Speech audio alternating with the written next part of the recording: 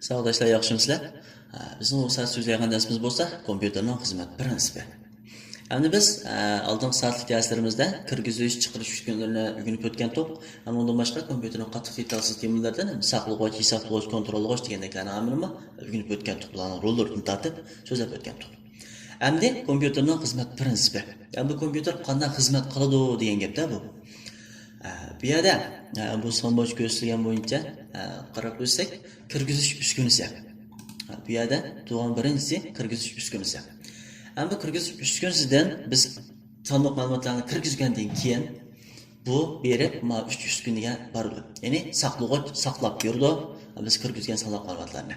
Hisoblag'ich hisoblaydi, kontrollag'ich kontrol qilib, chiqarish uskunasiga yo'llab berdi.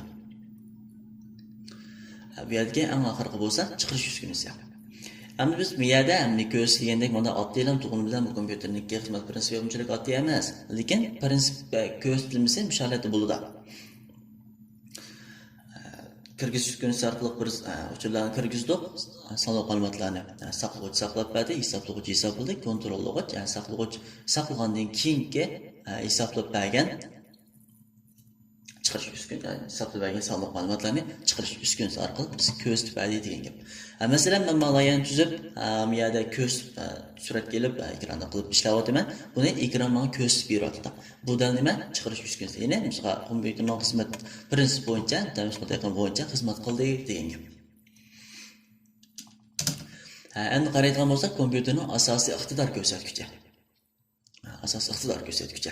Endi bu darsimizni yana shu darsimizning davomida tafsiliy tushunib o'tamiz. Endi shundaqmi? Yana bir aql so'zlab maqoladi. Birinchisi qaraydigan bo'lsak, xat uzunligi. Bu xat uzunligi degan xona uzunligi deb qo'ymas, ya'ni 16 xona, 32 xona, 64 xona deganimiz ham deydi. Buni qanday tushunamiz deganda, masalan, sizlar sistemni ishlatib boqqan bo'lsanglar, masalan, 4 ta sistemni tushiradigan bo'ldi yoki sistemni o'zida ko'rinib turadigan bo'lsin, 32 xonalik, 32 bitlik yoki 64 bitlik deb bo'ldi. Bu da mishadagi xat uzunligini ko'rsatadi. Endi qaraydigan bo'lsak, surat. Markaziy bartaraflag'ich va ichki saqlag'ichning chastotasi. Chastotasi deganimiz surat tezlikni ko'rsatadi. Bu surat deganimiz markaziy bartaraflag'ich, ya'ni CPU va Neysunning ichki saqlag'ichniki chastotasi, tezligi suratini ko'rsatib beradi. Kompyuterning asosiy iqtidor ko'rsatkichi deyni, shularni ko'rsatib beradi. Endi saqlag'ichning sig'imi va minutlik ayni suratda. Endi saqlag'ich ichki saqlag'ich va sirtqi saqlag'ich deb ikkiga bo'lingan. Bu saqlag'ichniki sig'imi va minutlik ayni suratda. Endi undan boshqa uskunlarning kengaytirish va yuqorilishchanligi. Kengaytirish va yuqorilishchanligi. Endi biz darsimizda o'tlab mavzularni ko'rib o'tdik. Kompyuterning asosiy iqtidor ko'rsatkichi deganimizda aslida kompyuterimizniki jo'may yuziga signal degan agilib mousning o'ng tarafiga asosiy shoshing qaraydigan bo'lsak, bu yerdagi kompyuterning asosiy iqtidor ko'rsatkichini biz ko'rsatib berdi. Mana biz miya degan xat uzunligi deganimiz miyada bor, sonlashlar 64 bitlikda. Yoki 16 32 64 deb ataymi, 64 bitlikda.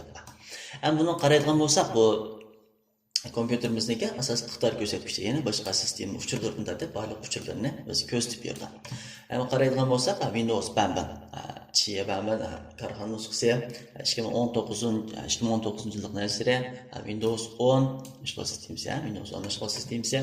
Undan boshqa Chulichi, ya'ni bizim yer degan markaziy bartaraflag'ich, va ichki saqlag'ich chastotasi degan qaraydigan bo'lsak, bu yerdagi chastota dal mishadagi 2.50 Hz degan qaraydi.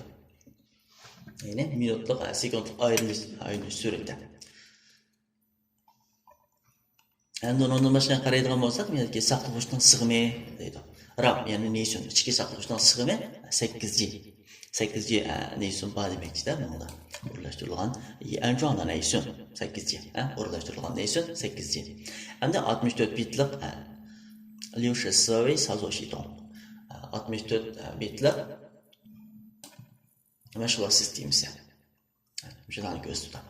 Endi yana bu boshqa ta'limga qaraydigan bo'lsak, uchurlar qaraydigan bo'lsak, uni Jisanji Ming kompyuter ismi deydi.